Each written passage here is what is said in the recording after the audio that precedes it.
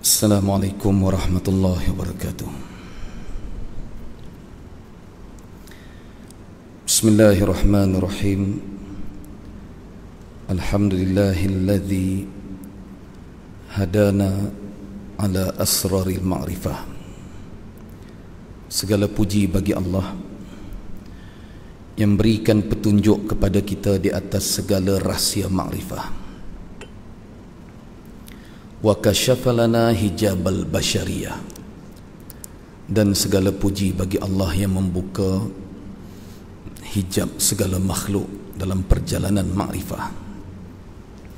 Wa dallana sabilal istiqamah, dan segala puji bagi Allah yang menunjukkan kepada kita akan jalan istiqamah. Wa wassala alaina tariqata Rasulillah sallallahu alaihi wasallam, dan segala puji bagi Allah yang menghubungkan kita kepada tariqah Rasulullah sallallahu alaihi wasallam. Nahmaduhu wa nasta'inuhu wa nastaghfiruh. Kita memuji Allah, kita memohon pertolongan kepada Allah, kita memohon pengampunan kepada Allah. Wa na'udzu bihi min syururi anfusina. Kita mohon perlindungan kepada Allah daripada segala kejahatan amalan kita. Kita mohon perlindungan kepada Allah daripada segala keburukan diri dan nafsu kita. Wa min sayyiati a'malina, dan kita mohon perlindungan kepada Allah daripada segala keburukan amalan kita. May yahdihillahu fala mudhillalah. Barang siapa yang memilih jalan hidayah, maka dia tidak akan sesat. Wa may yudlil fala hadiyalah, dan barang siapa yang memilih jalan yang sesat, dia tidak akan mendapat hidayah Allah.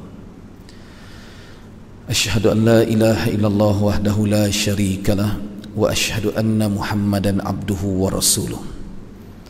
Allahumma salli wa sallim wa barik ala sayyidina Muhammad wa ala ali sayyidina Muhammad.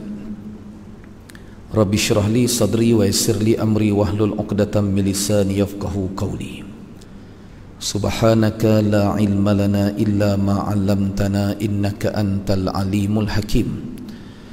Wala haula wala quwwata illa billahil aliyyil azim. Ilahi anta maqsudi wa ridhaka matlubi wa ba'd. Al-Fatihah. A'udzubillahi minasyaitonir rajim. Bismillahirrahmanirrahim. Ar-Rahmanir-Rahim, Maliki yaumiddin. Ya Allah, bi'andai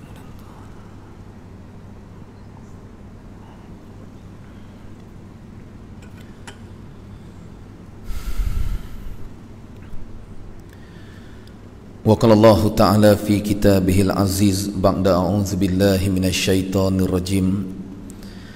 Alladzi khalaqal mauta wal hayata liyabluwakum ayyukum ahsanu amala wa huwal azizul ghafur. Sadaqallahul azim. Firman Allah Subhanahu wa ta'ala dalam surah Al-Mulk ayat yang kedua, mafhumnya, dialah yakni Allah yang menciptakan kematian, kemudian dia ciptakan kehidupan selepas mati, untuk menguji siapakah di antara kamu yang paling baik amalannya. Dan Allah itu Maha Pengampun lagi Maha Penyayang. Yang saya muliakan pengurusi serta jawatan kuasa Masjid Tengku Zahara Tengah, Tengku Tengah Zahara, terbalik, atau dikenali dengan Masjid Terapung, Kuala Ibai, Kuala Terengganu. Kepada pegawai-pegawai masjid, tuan imam, para muazzin, tuan-tuan siak, Terengganu panggil siak juga. Panggil apa? Tak ada. Oh, di Terengganu tak ada siap. Imam sendiri yang vacuum kapet. Ha? Bilal. Oh, ada cleaner, dah moden, dah maju, tok siap tak pakai. Para alim ulama, tuan-tuan guru, para asatizah, muslimin, muslimat, pimpinan-pimpinan masyarakat, ibu-ibu, ayah-ayah yang mulia lagi dicintai Allah dan Rasul serta disayangi oleh seluruh penduduk langit dan bumi. Allahumma salli wa sallim wa barik ala Sayyidina Muhammad wa ala ali Sayyidina Muhammad. Saya sangat tidak selesa bila ada jemaah lelaki duduk sama saf dengan jemaah wanita. Saya minta yang belakang tu semua ke depan, dan yang duduk jauh dengan saya yang belah depan ni pun penuhkan depan saya. Boleh tak mari depan sini? Sangat janggal ustaz bercakap dalam kuliah dalam keadaan depan ustaz kosong penuh dengan jin Islam. Jaga jarak, tetapkan duduk ikut SOP, jaga jarak.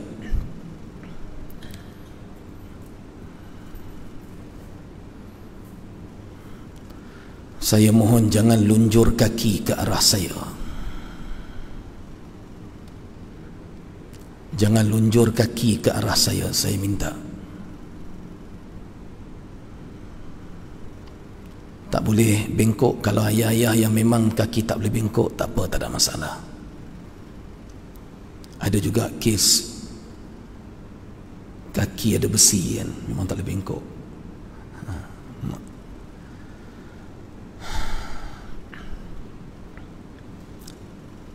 Tajuk kita memburu husnul khatimah.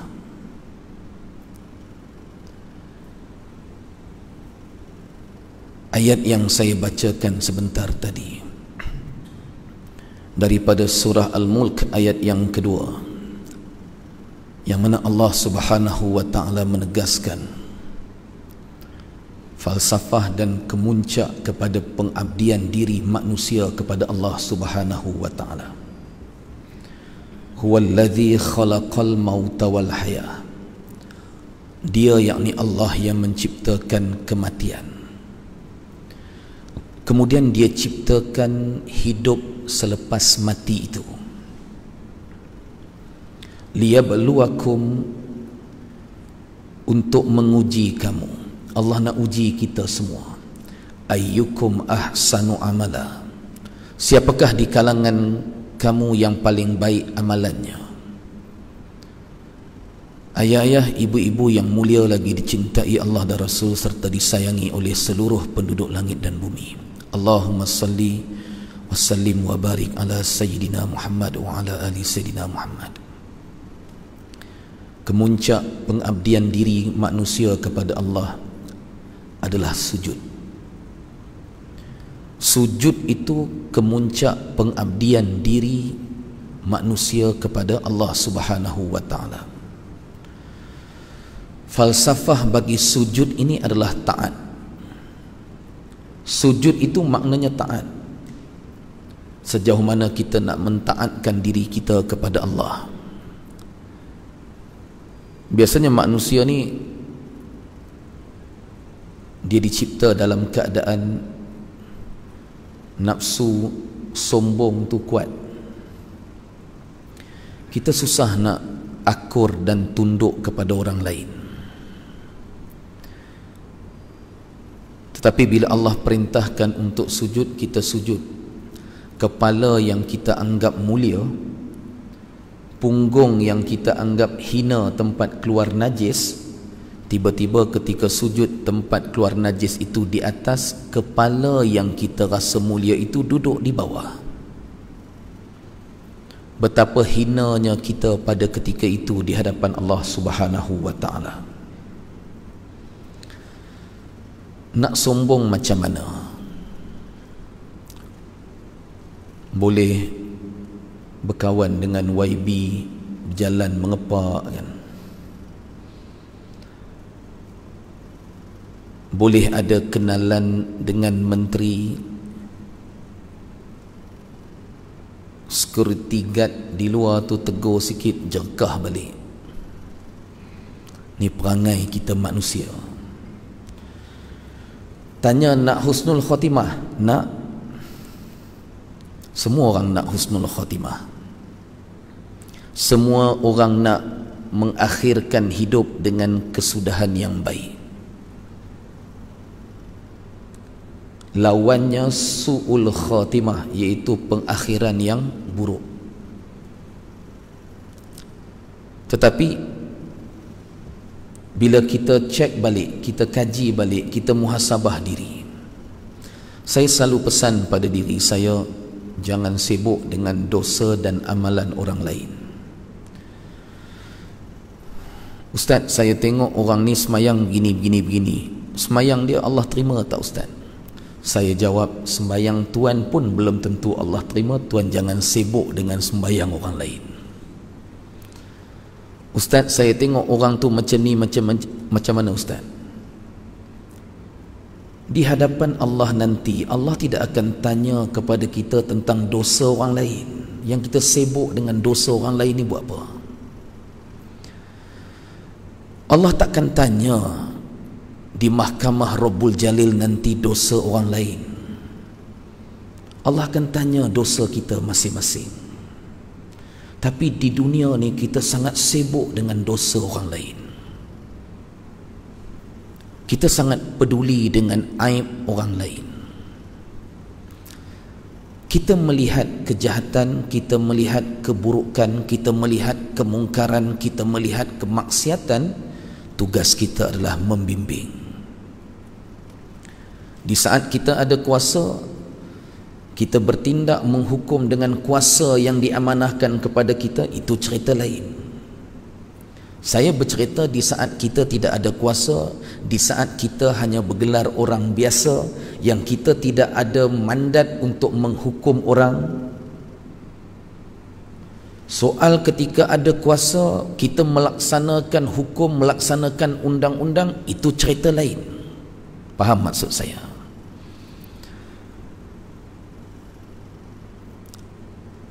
Ada tempat yang saya ceramah, saya cerita, tengok orang jahat, bimbing. Tengok orang mencuri, kita didik, bimbing dia. Dia tanya, habis tu buat apa Allah cipta undang-undang, cipta hukum potong tangan?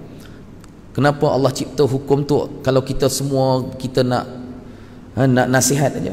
Ini kita cerita dalam keadaan kita tak ada kuasa. Kalau yang duduk depan ni Perdana Menteri bercakap macam tu, layaklah tuan tanya soalan tadi. Faham tak ni? Kalau yang duduk depan ni, yang bercakap ni Ketua Polis Negara, dia kata, oh, tak apa tuan-tuan, orang mencuri pun kita nasihat elok-elok. Layaklah kita persoalkan undang-undang dah ada, kenapa tak guna? Ini yang bercakap depan ni pendakwah, yang bercakap depan ni ustaz yang tak ada kuasa. Kita cerita sesama kita dalam keadaan tak ada kuasa. Kadang-kadang manusia ni kan tu saya sebut, dia suka spin. Tahu spin? Dia suka kona cakap kita. Dia sibuk sampaikan ustaz bercakap pun dia duduk, dia fokus tu bukan khusyuk, duk cari salah. Dia tak dengar betul-betul di mana silap ustaz ni baca ayat Quran. Dia duduk belakang imam tu dia duduk belakang imam, oleh sebab imam tu pula ditakdirkan secara takdirnya dipilih dari kalangan orang yang boleh baca Al-Quran tapi bukan ustaz. Oleh sebab dia ustaz, nama dia pula Ustaz Muhammad James, dia duduk belakang tu imam, yang tu imam tu pula bukan ustaz. Saya suka ambil contoh diri saya, orang tak terasa hati kan. Ustaz Muhammad James ni, dia oleh sebab yang jadi imam tu bukan ustaz, dia ni Ustaz Muhammad James ni, dia punya khusyuk tu nak dengar imam baca, bukan dia menghayati bacaan untuk muhasabah diri, tapi dia duk cari mana salah bacaan tu. Pasal apa? Aku ustaz. Kamu siapa yang kamu dah tahu aku ustaz? Kenapa kamu naik jadi imam? Patut kamu bagi laluan pada aku.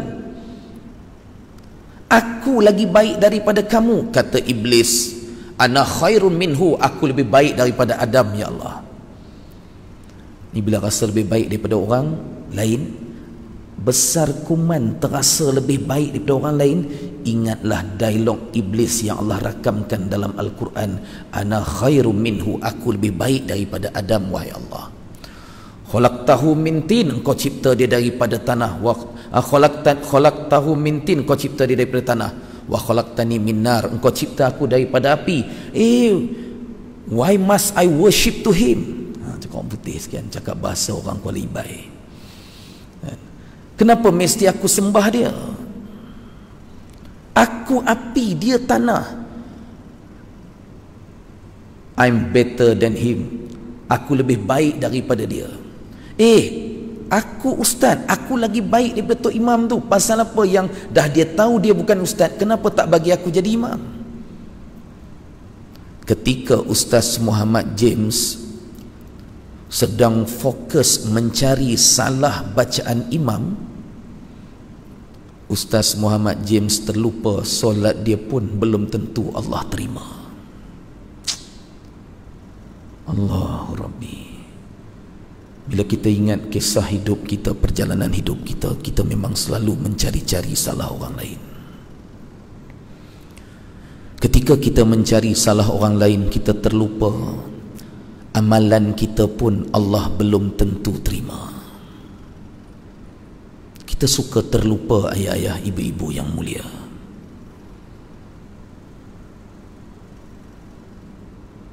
Cuba ingat balik.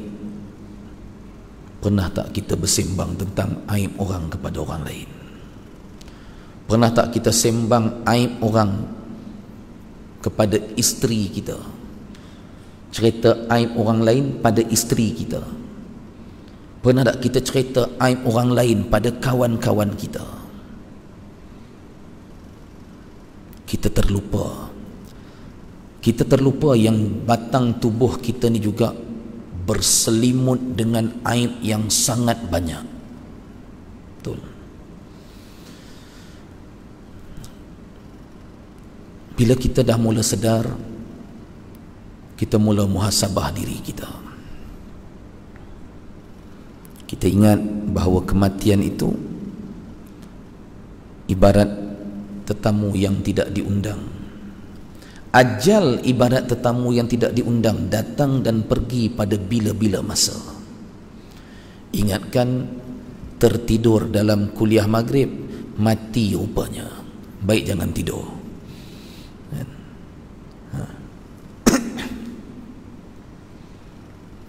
Innal insana khuliqa halu'a. Manusia dicipta dalam keadaan keluh kesah, serba tak kena. Al-Ma'arij ayat 19, juzuk 29. Innal insana khuliqa halu'a. Manusia dicipta dalam keadaan keluh kesah, serba tak kena. Memang perangai kita macam tu kan. Idza massahu syarru jazua. Bila ditimpa kesusahan, gelisah kita.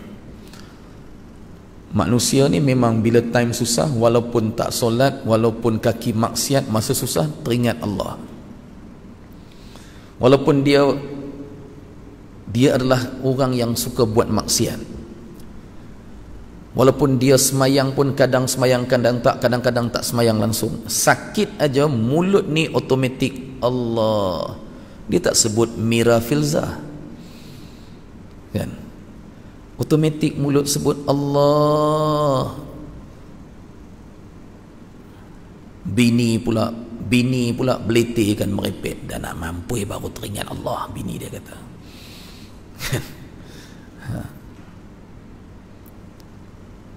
ayah-ayah, ibu-ibu yang mulia lagi dicintai Allah dan Rasul serta disayangi oleh seluruh penduduk langit dan bumi.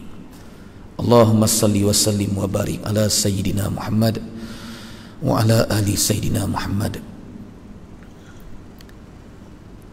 Wa idza massahul khairu manu'a.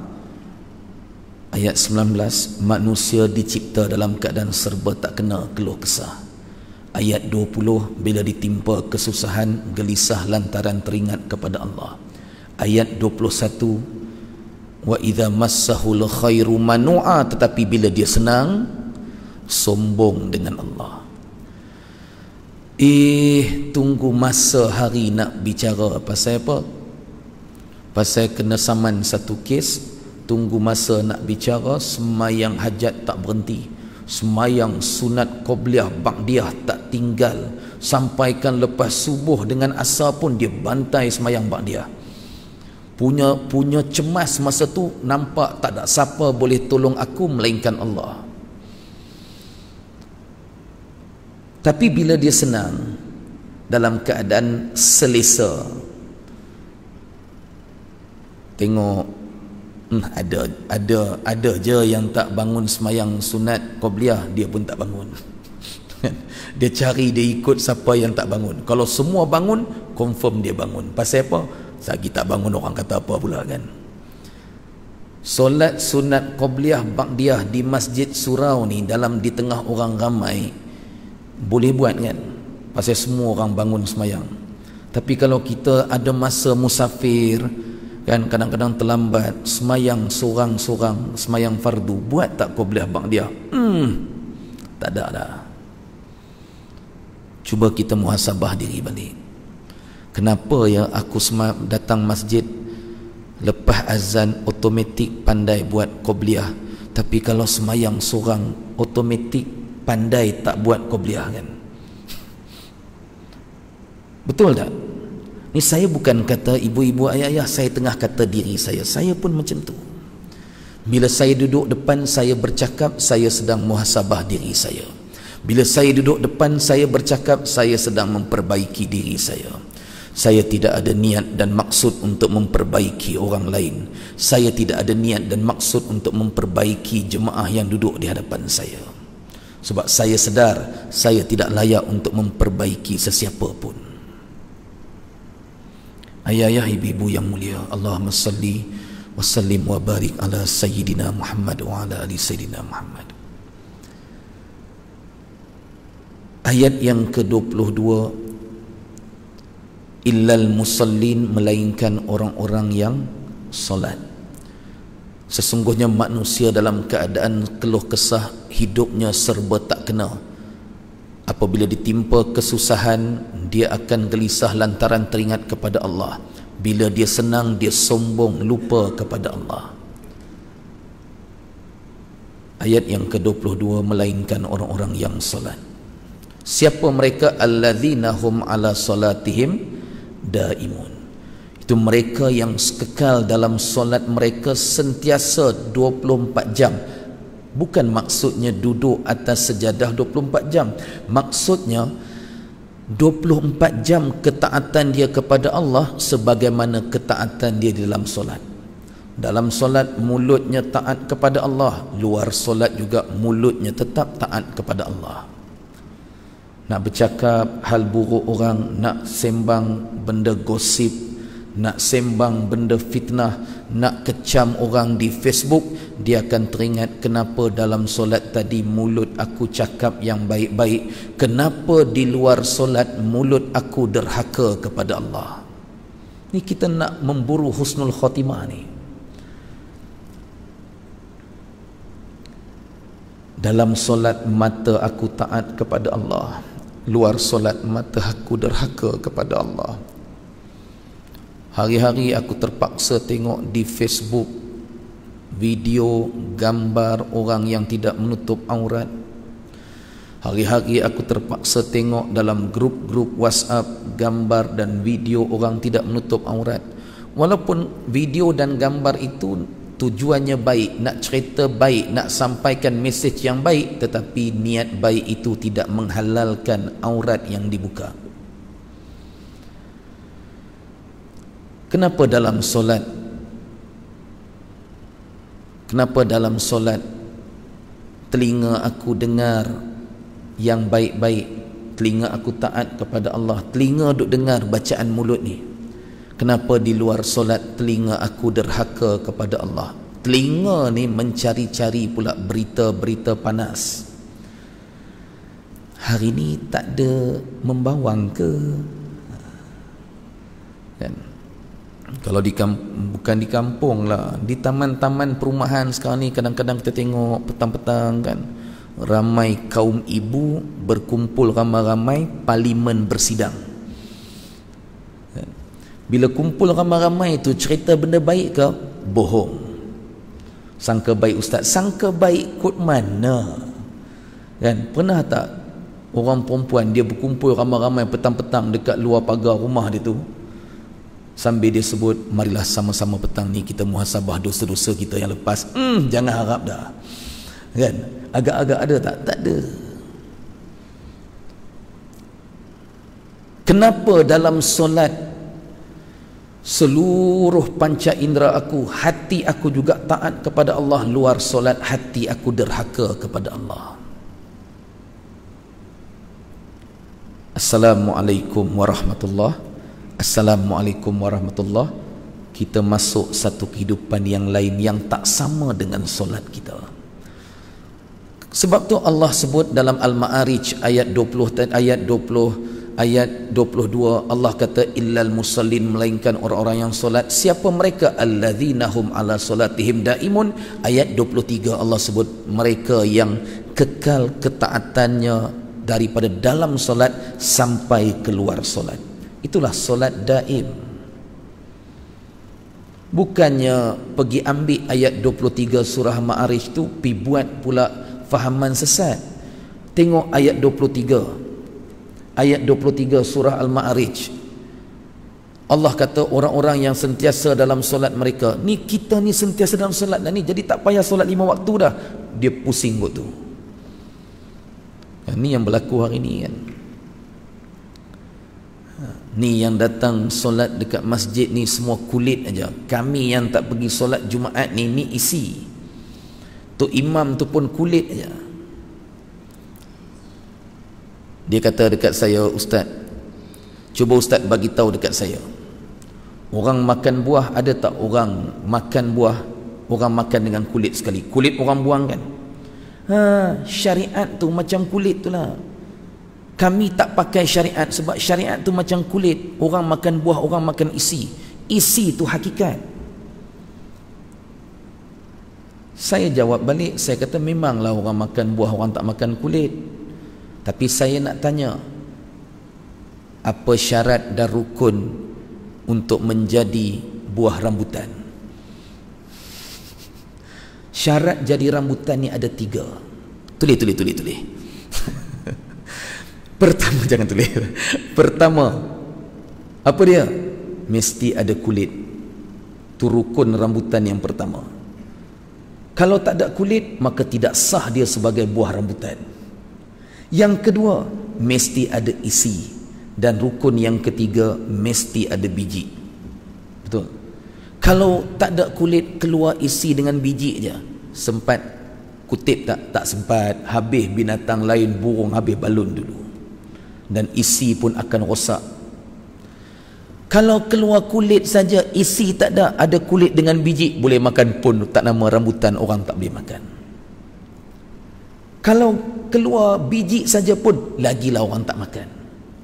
Syarat sah untuk menjadi rambutan mesti ada ketiga-tiganya: Islam, iman dan ihsan.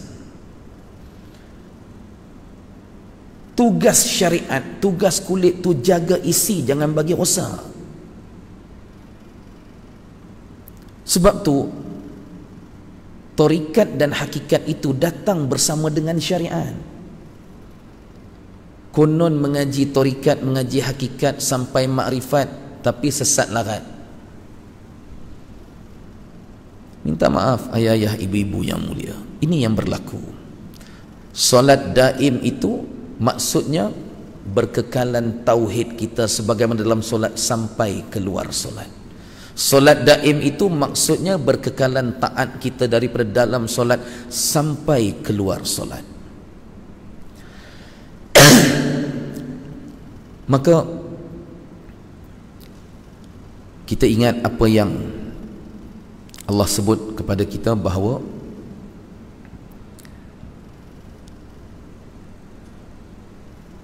sifat manusia ini, di saat kita tidak bersedia untuk bermuhasabah diri kita, untuk kita mengenangkan segala kesilapan-kesilapan silam kita, selagi itulah kita akan terus mendabik dada, kita akan terus dengan kekal dengan dosa-dosa kita. Ayah-ayah, ibu-ibu yang mulia, Allahumma salli wa sallim wa barik ala sayyidina Muhammad wa ala ali sayyidina Muhammad.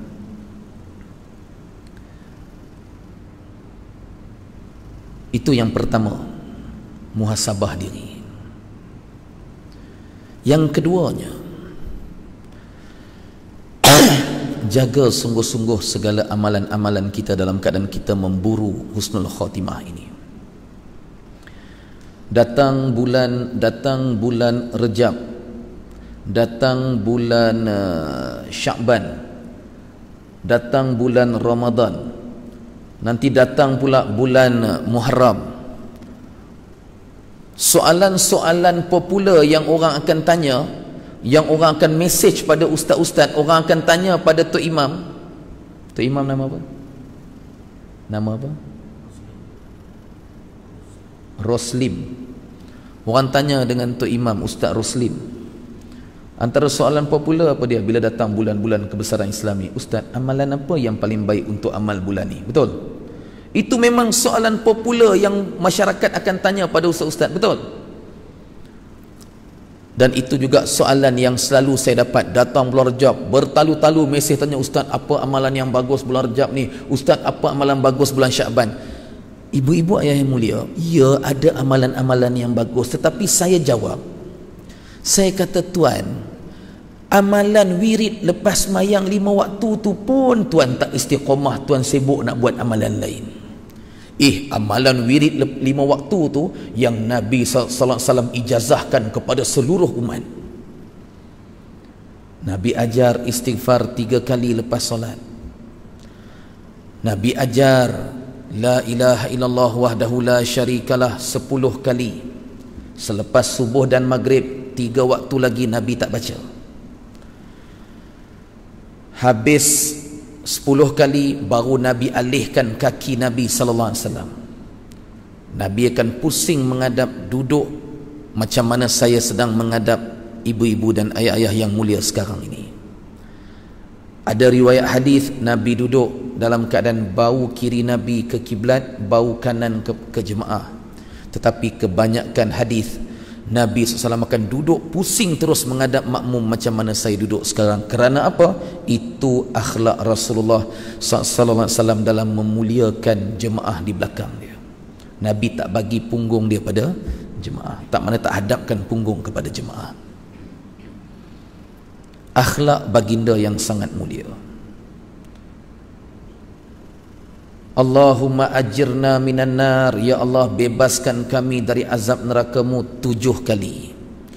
Selepas subuh dan maghrib 3 waktu lagi Nabi tak baca. Nabi tak baca 3 kali, Nabi baca 7. Sebab apa? Sebab neraka itu ada 7. Tu imam kalau baca 3 kali, ada 4 neraka lagi tengah tunggu. Boleh dengan dapat pahala, tetapi ada 4 neraka tengah tunggu lagi. Sebab tu kenapa lepas subuh dan maghrib, selepas la ilaha illallah wahdahu la syarikalah 10 kali, Nabi baca 7 kali. Dalam riwayat hadis menyebut siapa yang baca 7 kali itu, dia akan, kalau dia mati selepas itu, maka dia akan dibebaskan daripada azab neraka Allah. Saya selalu ulang-ulang sebut, kalaulah Allahumma ajirna minan nar itu 7 kali lepas subuh dan maghrib boleh menyelamatkan kita dari azab neraka Allah, apakah Allahumma ajirna minan nar 7 kali tak boleh selamatkan kita daripada azab coronavirus yang kecilnya trilion daripada azab neraka? Kita takut dengan coronavirus tu, padahal kecilnya azab coronavirus itu bukan million, bukan billion, trilion, mungkin folion daripada azab neraka Allah. Sampai tak nak sebut lian dah. Logik kan? Takkan Allahumma ajirna minan nar boleh selamatkan manusia daripada azab neraka, tak boleh selamatkan kita daripada coronavirus. Sedangkan coronavirus tu jauh kecil daripada azab Allah. Maknanya apa?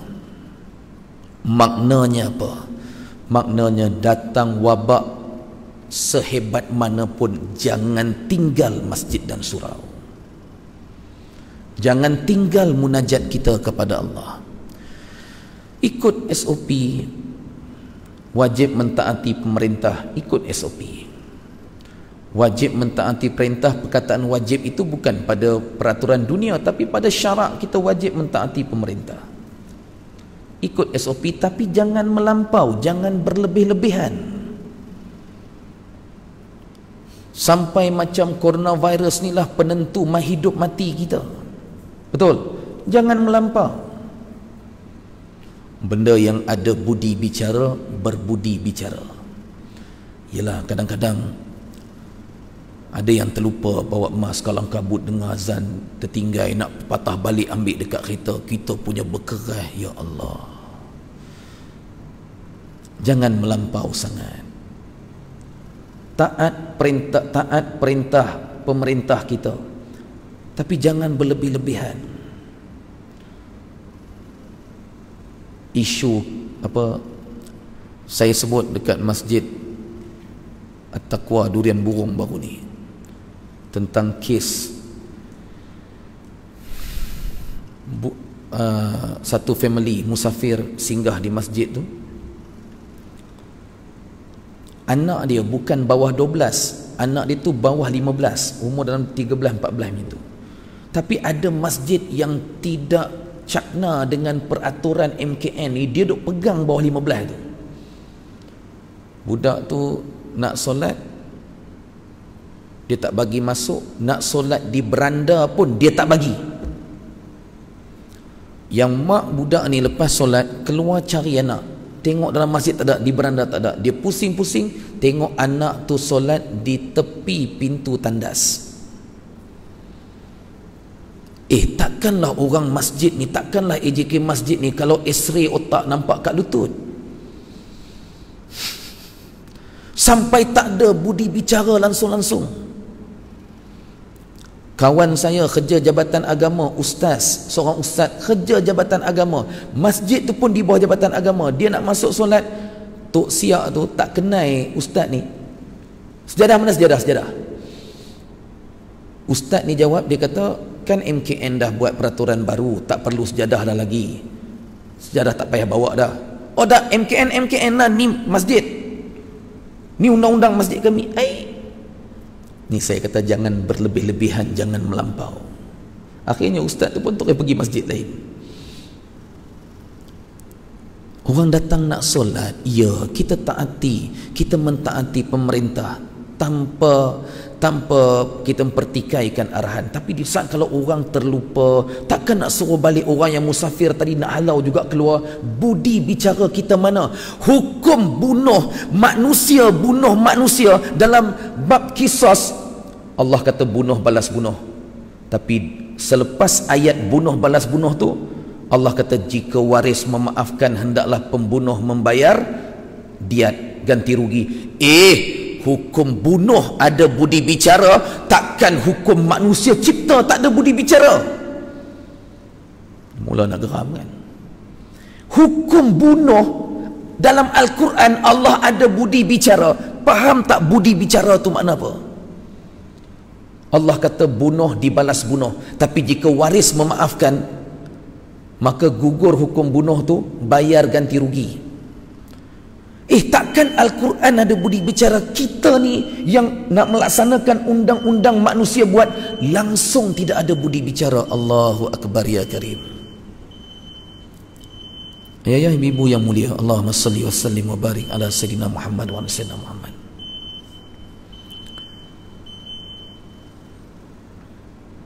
Jam tu betul ni, bukan bagi cepat lah. Melawak tu imam. Ya. Sebab tu bila kita melaksanakan sesuatu, tadi pertama kita muhasabah diri, yang kedua kita beramal dengan sunnah. Kita nak beramal dengan sesuatu, saya sebut benda yang utama, macam kita sebut tadi, kita duk cari amalan-amalan yang bagus ni, sedangkan amalan yang Nabi bagi tu pun kita tak buat. Betul? Sesibuk apapun, ada ceramah ke, ada program besar ke, walaupun di belakang kita ada sultan, jangan tinggalkan amalan-amalan yang Nabi ajar tadi. Lepas Allahumma ajirna minan nar, baca Allahumma antas salam. Banyak riwayat hadis Nabi sebut pula tentang kelebihan membaca ayat kursi selepas solat. Baca 3 kul, subhanallah 33, alhamdulillah 33, Allahu Akbar 33. Ni amalan yang Nabi ajar. Apakah Nabi sebut dalam hadis, tapi Nabi ni bercakap tak serupa bikin. Kita nak sebut tadi nak memburu husnul khatimah, apa lagi yang tinggal dengan kita ayah-ayah, ibu-ibu yang mulia. Kalau amalan-amalan itu pun kita tak jaga, apa lagi yang tinggal dengan kita? Saya selalu sebut di mana-mana, tolonglah jaga sunnah. Ustaz lajak ceramah sampai pukul berapa pun. Kalau sebelum SOP dulu kan, sebelum PKP dulu kan, Ustaz habis ceramah 9.30. Ustaz habis ceramah pukul 9. Jadi budaya seluruh Malaysia, jadi budaya. Apa dia? Habis ceramah terus komat. Betul?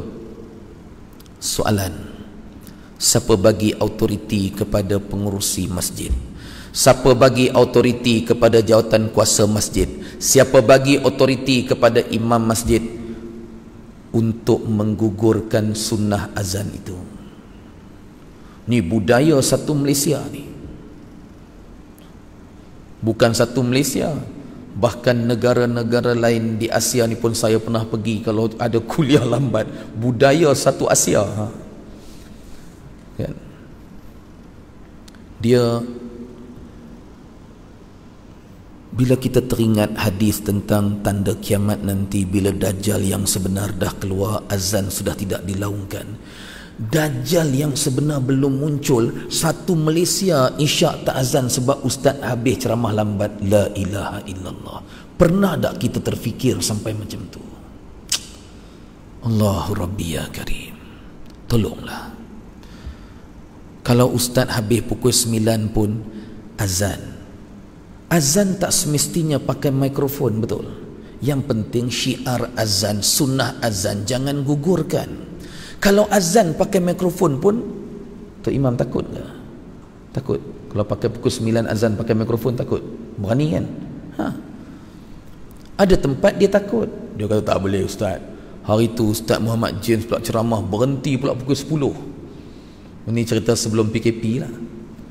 Saya dah bagi tahu, saya suka kalau masjid yang bagi izin untuk lajak, saya kata nanti masuk waktu berhenti sekejap, azan dulu. Tak apa ustaz, pukul berapa pun kami tak kisah. Tapi bila pukul 10 tu saya suruh azan, semua takut.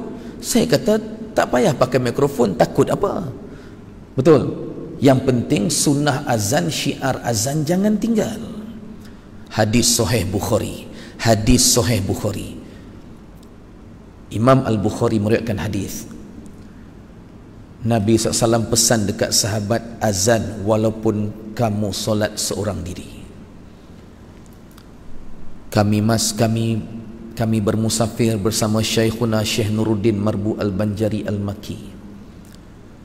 Sampai dekat RNR, masuk surau nak solat asar hari tu dah pukul 5 lebih. Syekh Nuruddin masuk surau tu dia azan dulu. Walaupun pukul 5 lebih, walaupun solat jamak kasar. Masya Allah. Kita mana ada dah arwah tu azan. Kalau musafir lagi lah. Kan? Nabi SAW tengok 3 orang sahabat nak keluar, Nabi panggil. Nak ke mana? Sahabat bertiga ni kata, kami hendak bermusafir ya Rasulullah. Maka Rasulullah SAW bersabda, azan walaupun kamu solat jamaah.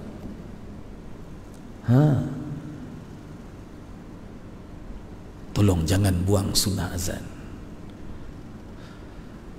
Kalau azan pukul 10 pun pakai mikrofon, Tok Imam takut ke orang serang rumah?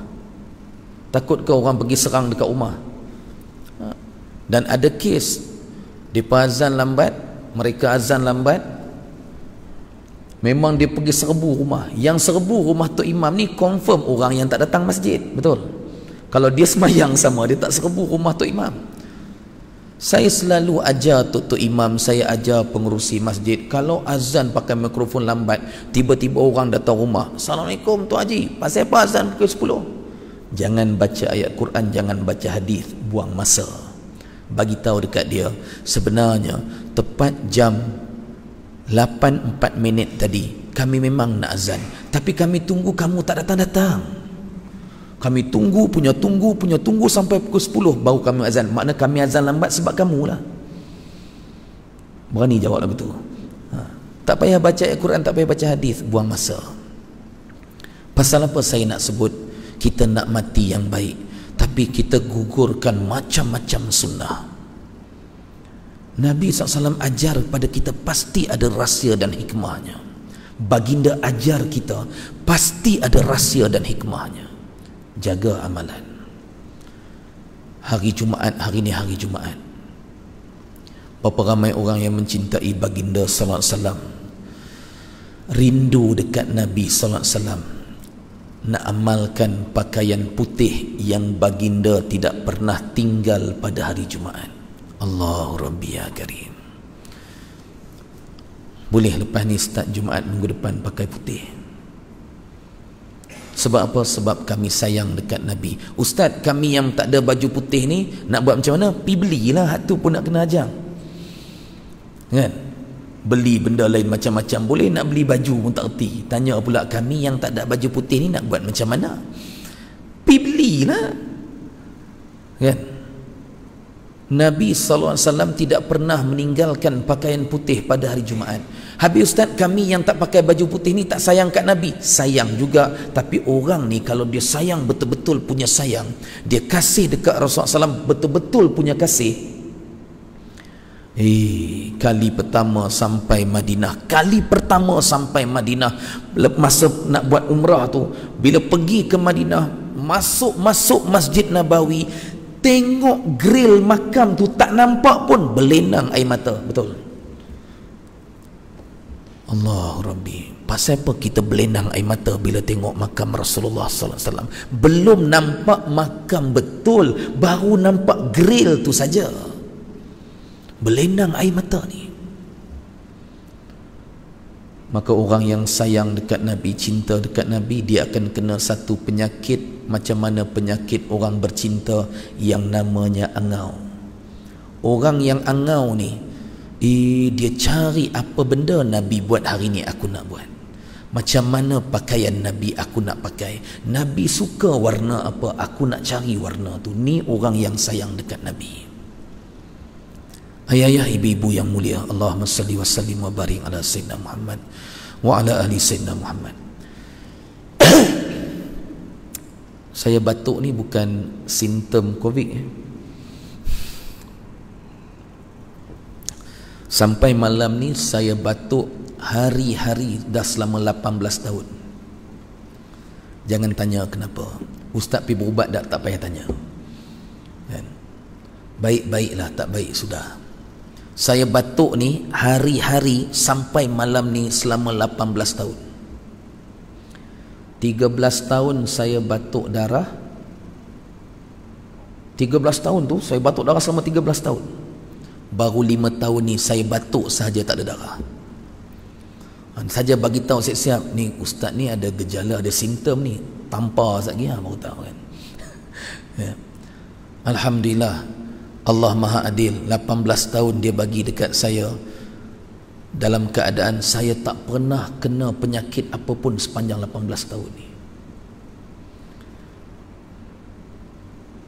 Sebab tu saya selalu pesan orang kalau rasa badan tu tak sedap, rasa macam dah terkena virus corona, mari peluk saya, insya-Allah jadi penawar. Gurau ya. Janganlah ambil serius sangat. Ayah-ayah, ibu-ibu yang mulia,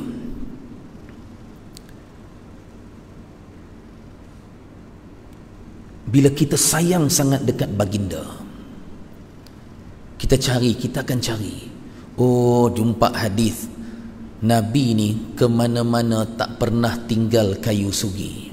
Cuba cek poket masing-masing. Malam ni kita cek poket masing-masing, siapa tak ada kayu sugi suruh berdiri mau. Gila punya ustaz kan.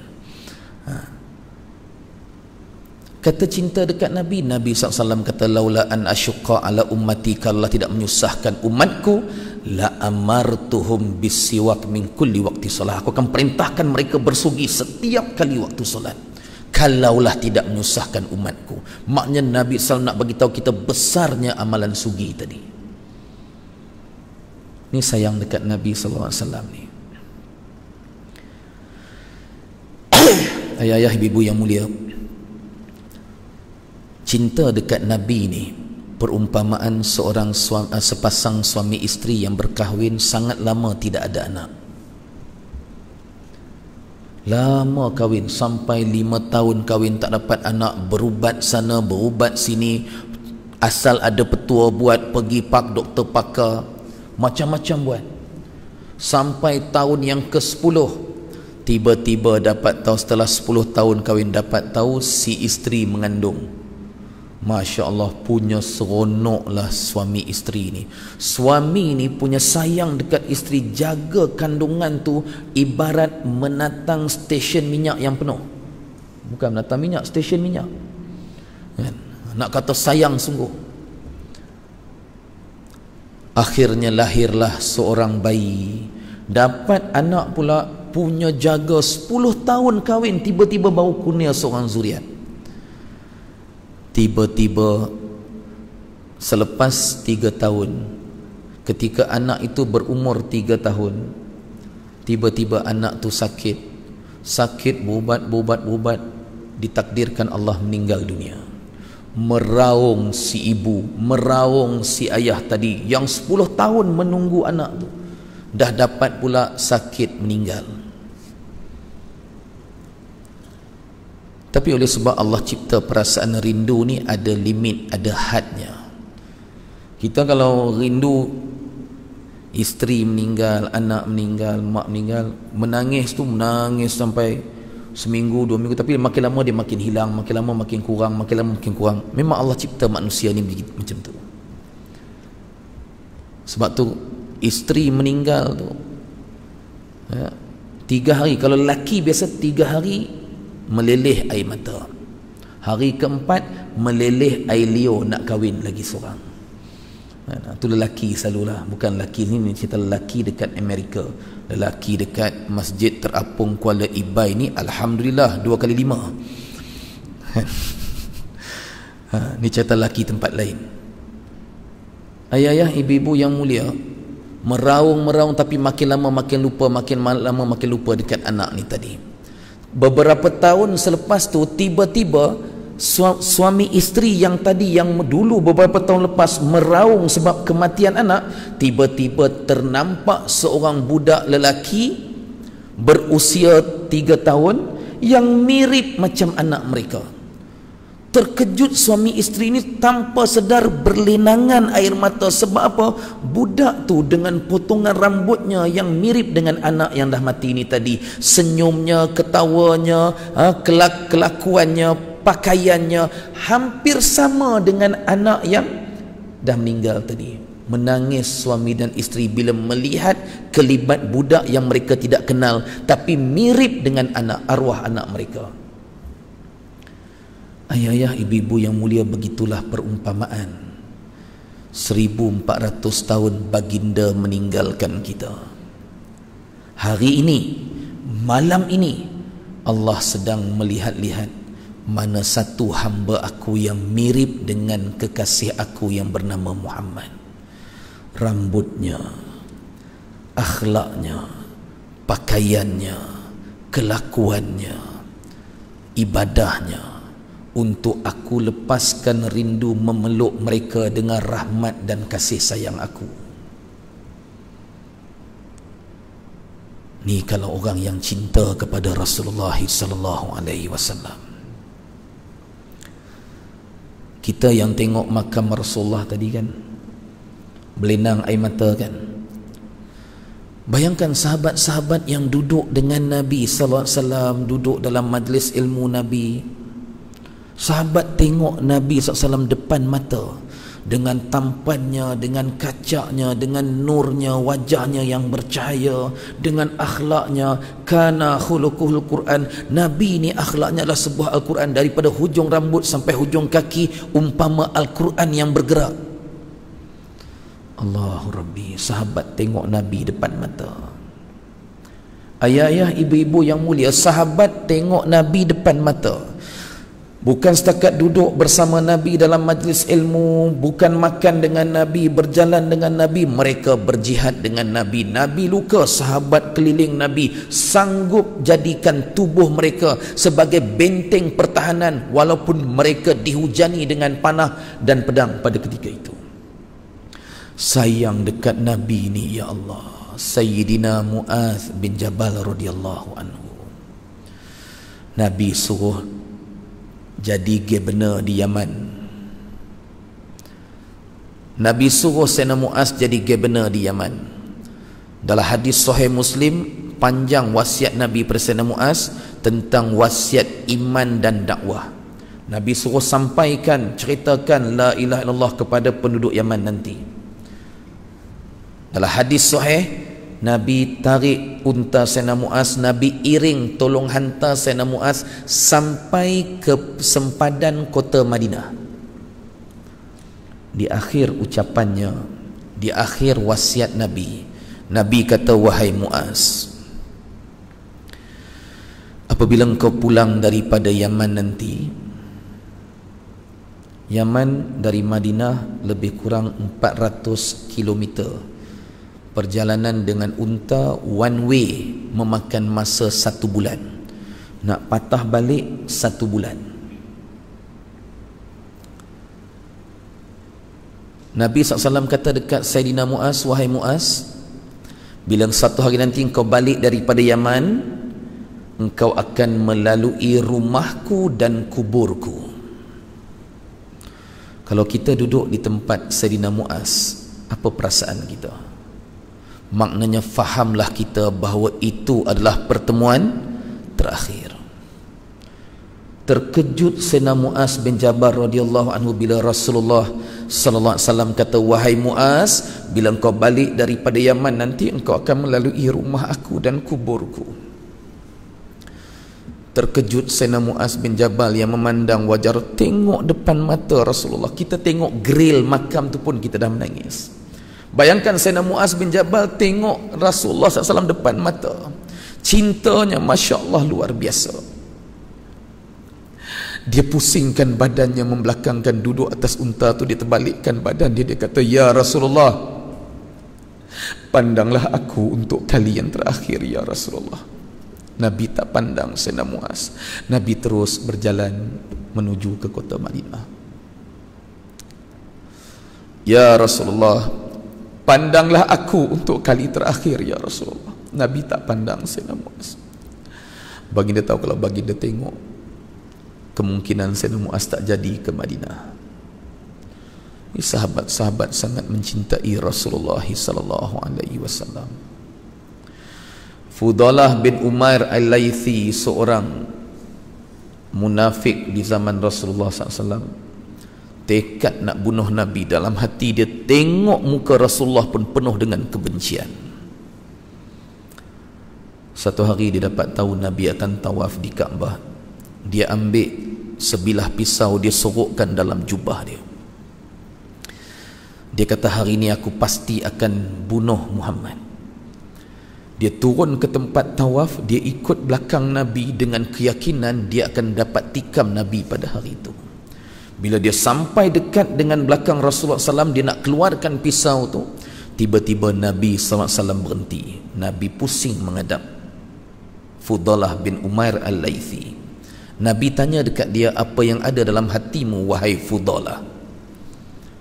Kata Fudalah, ya Rasulullah, aku sedang berzikir kepada Allah. Nabi senyum dan Nabi teruskan tawaf. Kali kedua bila Fudalah cuba nak tikam Nabi, Nabi berhenti. Kali kedua Nabi pusing menghadap Fudalah. Nabi tanya, apa yang ada dalam hatimu wahai Fudalah? Fudalah kata, ya Rasulullah, aku sedang berzikir, bertasbih kepada Allah. Kali ketiga bila Fudalah sudah menghampiri Rasulullah SAW, dan bila dia nak cuba nak keluarkan pisau itu, Nabi SAW berhenti dan pusing menghadap Fudalah. Lagi sekali Nabi tanya, apa yang ada dalam hatimu wahai Fudalah? Fudalah kata, aku masih berzikir kepada Allah ya Rasulullah. Nabi datang menapak dekat betul-betul di hadapan Fudalah. Lalu baginda letakkan tapak tangannya di dada Fudalah bin Umar Al-Laythi. Ayah-ayah, ibu-ibu yang mulia, siapa yang meriwayatkan hadis ni? Siapa yang cerita hadis ni? Yang menceritakan hadis itu adalah Sayyiduna Fudalah bin Umair Al-Laythi radhiyallahu anhu yang munafik pada ketika itu. Dia kata ketika Nabi sallallahu alaihi wasallam meletakkan tapak tangannya di dada aku, bagindalah manusia yang paling aku benci di atas muka bumi ini. Masa Nabi letak tapak tangan di atas dada aku, baginda manusia yang aku paling benci di atas muka bumi ini. Tapi di saat baginda angkatkan tapak tangannya daripada dadaku, tiba-tiba aku merasakan bagindalah manusia yang paling aku cintai di atas permukaan bumi ini.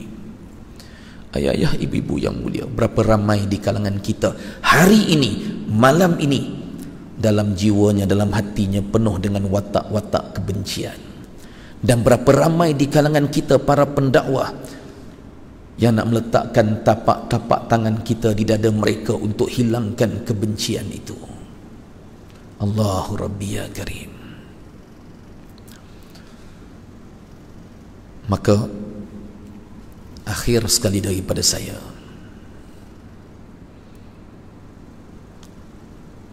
sama-sama saya dan kalian, kita semua cuba amalkan sebelum tidur sampai terlena dengan kalimah salam kepada Rasulullah SAW. Itu salam yang diberikan oleh Allah kepada baginda, salam yang sangat Nabi SAW suka.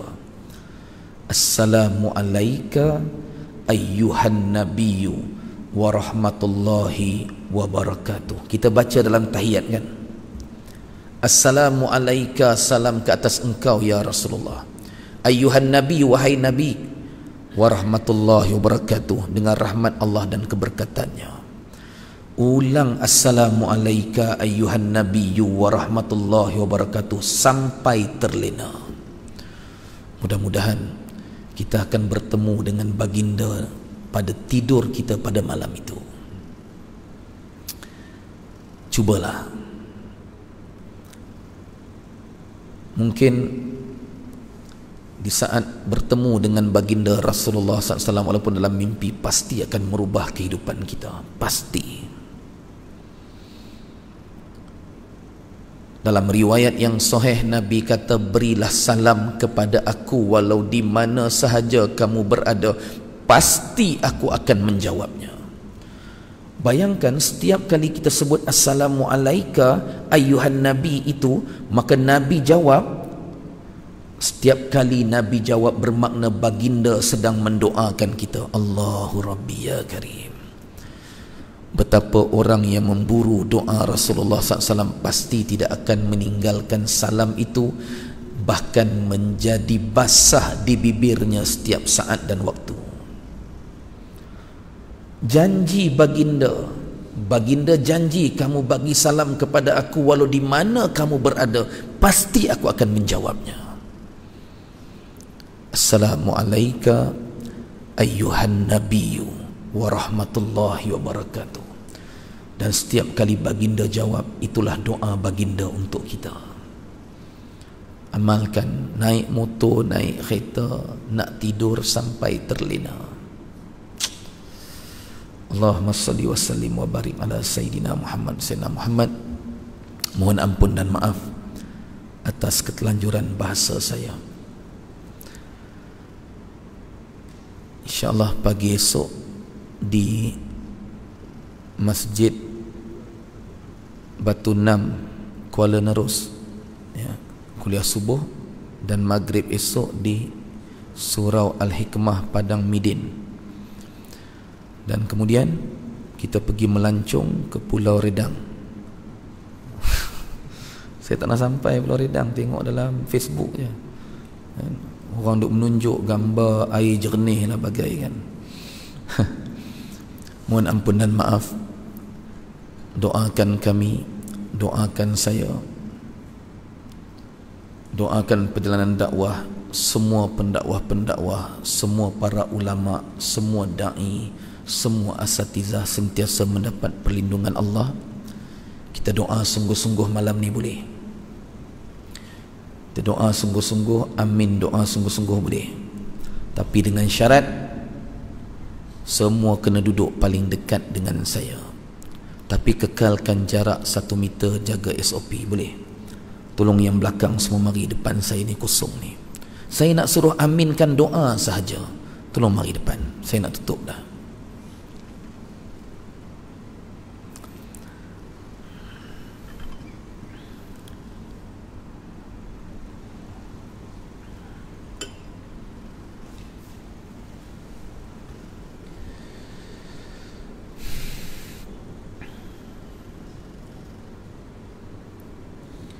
Ayah-ayah, ibu-ibu yang mulia lagi dicintai Allah dan Rasul serta disayangi oleh seluruh penduduk langit dan bumi.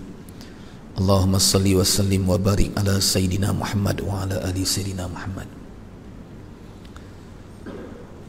Satu benda yang saya terlupa nak sebut tadi, memburu husnul khotimah ni, ajar hati kita sangka baik luar biasa kepada apa yang mata kita nampak.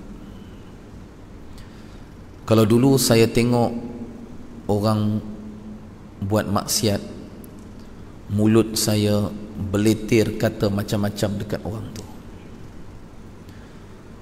Hari ini saya mula belajar, tengok orang bermaksiat, mulut saya kata insya-Allah dia akan jadi orang yang baik.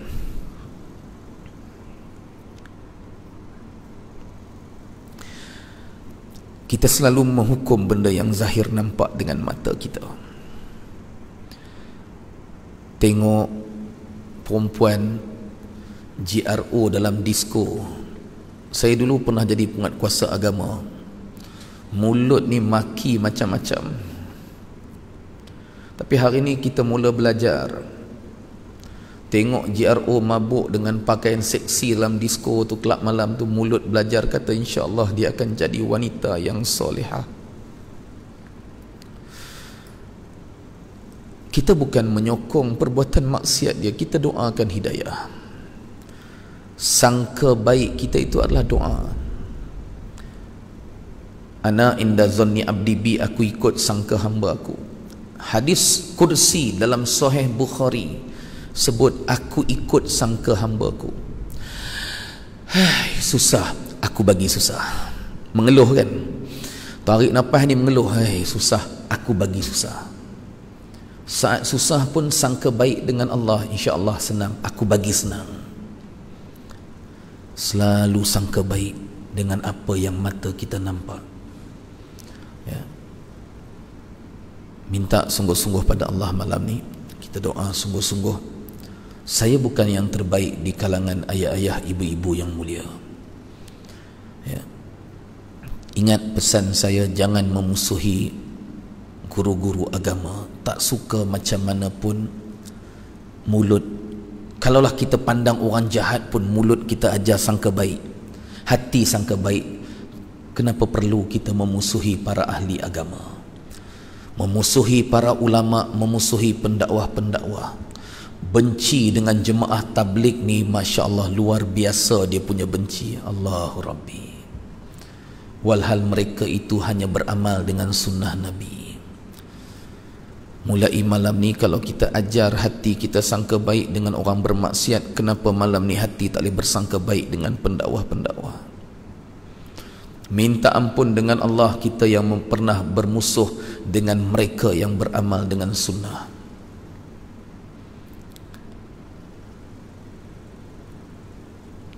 Minta ampun dengan Allah caci maki kita kepada para ulama yang tidak sealiran dalam perjuangan kita. Saya selalu nasihat kawan-kawan, saya selalu sebut guru kami, walak kami tetap kekal kepada ayah cik Tuan Guru Haji Abdul Hadi Awang, hafizahullah ta'ala. Tapi kami tidak pernah mencaci maki ulama-ulama yang tidak sealiran dengan beliau. Kalau ulama tu parti lain sekalipun, kami tetap diajar dengan akhlak, dan mendoakan para ulama tersebut. Tolonglah didik hati kita, pujuk hati kita, tolonglah. Mungkin hari ni Jumaat yang terakhir untuk saya dan kalian semua. Mungkin minggu ni minggu terakhir kita.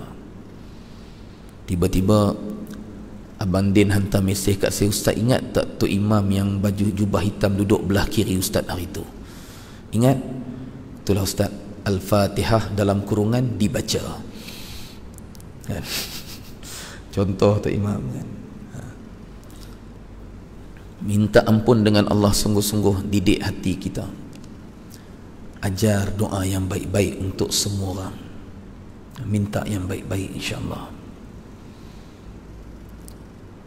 Dan doakan sungguh-sungguh malam ni untuk madrasah-madrasah kami, mohon doa.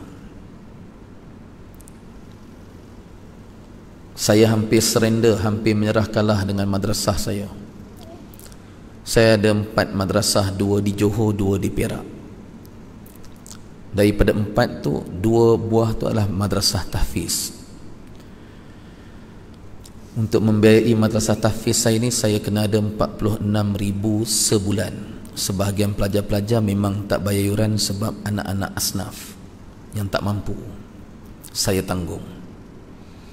Bodoh, saya ni bodoh. Tak ada beban, cari beban dunia. Nak cari sebulan 46,000, Allah Tuhan je yang tahu. Saya datang 2 minggu lepas ke Kuala Terengganu, balik hari daripada Ipoh, nak beli 9 ekor biri-biri. 2:30 pagi saya sampai dekat kandang tu, dekat apa, batu tangga apa, Kubang Tangga. Ada kandang kambing kat Kubang. 2:30 pagi saya sampai. Tuan punya kambing tu saya bayar duit biri-biri tu kat dia, masuk 9 ekor tu belakang hailak yang ada dekat luar tu. Pukul 3 pagi terus bergerak balik ke Ipoh. Walaupun sangat letih. Ipoh Terengganu 6 jam, lagi 6 jam, 12 jam memandu. Semata-mata survival untuk madrasah nak dapatkan 46,000 sebulan. Sampailah 2 bulan baru ni, saya beranikan diri ambil 2 buah van, komuter van panjang untuk anak-anak solat Jumaat. 1 untuk madrasah di Perak, 1 untuk madrasah di Johor. Saya tak nak buat loan.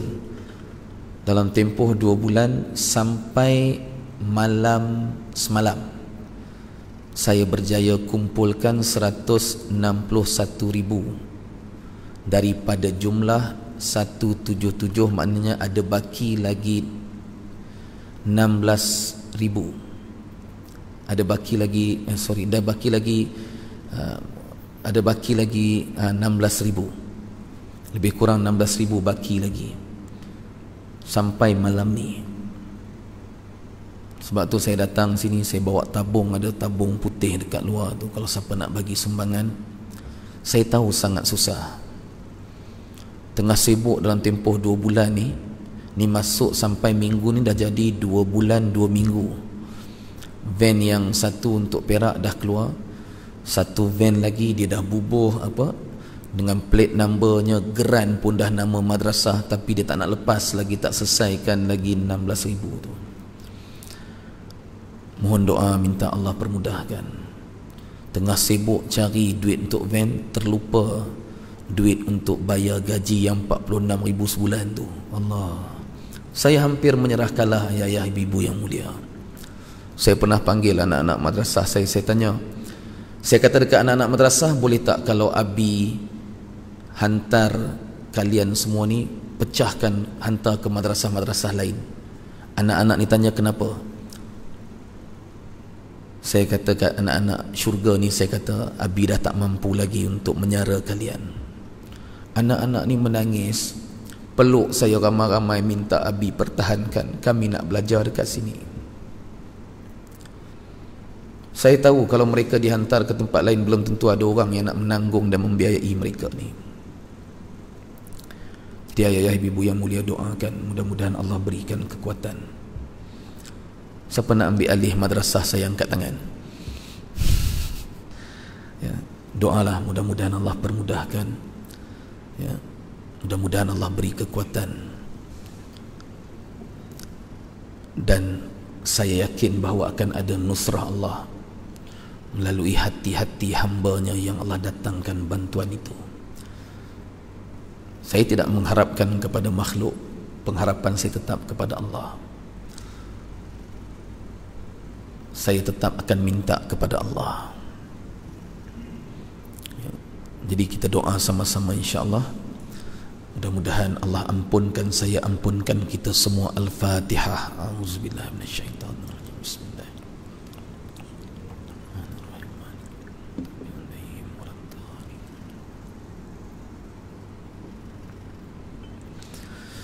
A'udzubillahi minasyaitonir rajim. Bismillahirrahmanirrahim.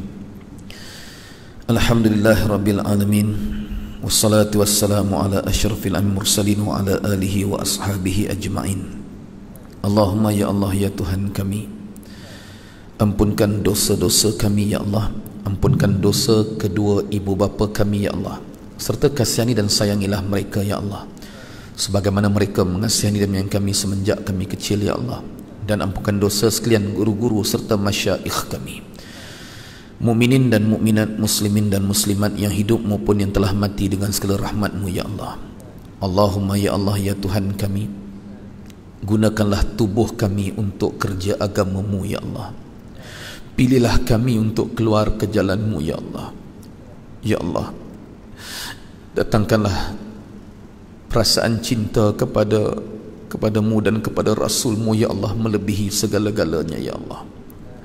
Ya Allah ya Tuhan kami tahu banyak maksiat dan penderhakaan yang umat ini lakukan ya Allah, sehingga datang kemurkaan-Mu kepada kami ya Allah.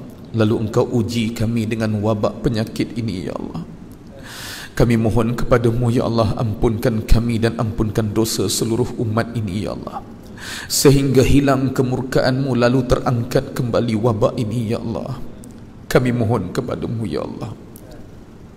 Kami tahu terlalu banyak penderhakaan dan maksiat yang umat ini dan kami lakukan ya Allah, hingga datang kemurkaan-Mu terhadap kami ya Allah. Ampunkan kami ya Allah, sehingga hilang kemurkaan-Mu dan terangkat segala wabak ini ya Allah. Ya Allah ya Tuhan kami, sembuhkanlah mereka yang sakit ya Allah, sembuhkanlah mereka yang positif COVID-19 ya Allah. Lindungilah barisan hadapan negara kami ya Allah, yang mereka bertungkus lumus bekerja untuk kami dan seluruh rakyat di negara ini ya Allah. Permudahkanlah urusan kami dan mereka ya Allah. Ya Allah ya Tuhan kami, berkati dan rahmatilah kami yang hadir di masjid ini ya Allah. Berkati dan rahmatilah seluruh penduduk di kawasan ini ya Allah. Jadikanlah kami dan seluruh penduduk di kawasan ini sebagai hamba-Mu yang soleh dan solehah ya Allah. Ya Allah, umat ini jauh daripada rumah-Mu ini ya Allah. Umat ini jauh daripada masjid ini ya Allah, asbab daripada kesilapan dakwah kami ya Allah. Kami hanya pandai mengumpat, bercakap dan menghukum mereka dari jauh ya Allah, tapi kami tidak pernah pergi bertemu dengan mereka ya Allah. Mereka jauh daripada rumah-Mu ini ya Allah, mereka jauh dari masjid-masjid-Mu ya Allah, asbab daripada kesilapan dakwah kami ya Allah. Kami yang tidak hikmah ya Allah, kami yang tidak pandai menyampaikan ya Allah. Ampunkan kami ya Allah, ampunkan kami ya Allah, ampunkan kami ya Allah. Ya Allah ya Tuhan kami, akan sampai masa kami akan sakit dan terlantar ya Allah. Pada ketika itu kami akan melihat mana anak-anak kami yang akan menyelamatkan kami ya Allah, yang akan mendoakan kami ya Allah, dan mana anak-anak yang mengeluh merasakan beban untuk menguruskan kami ya Allah atas kesilapan didikan kami terhadap mereka.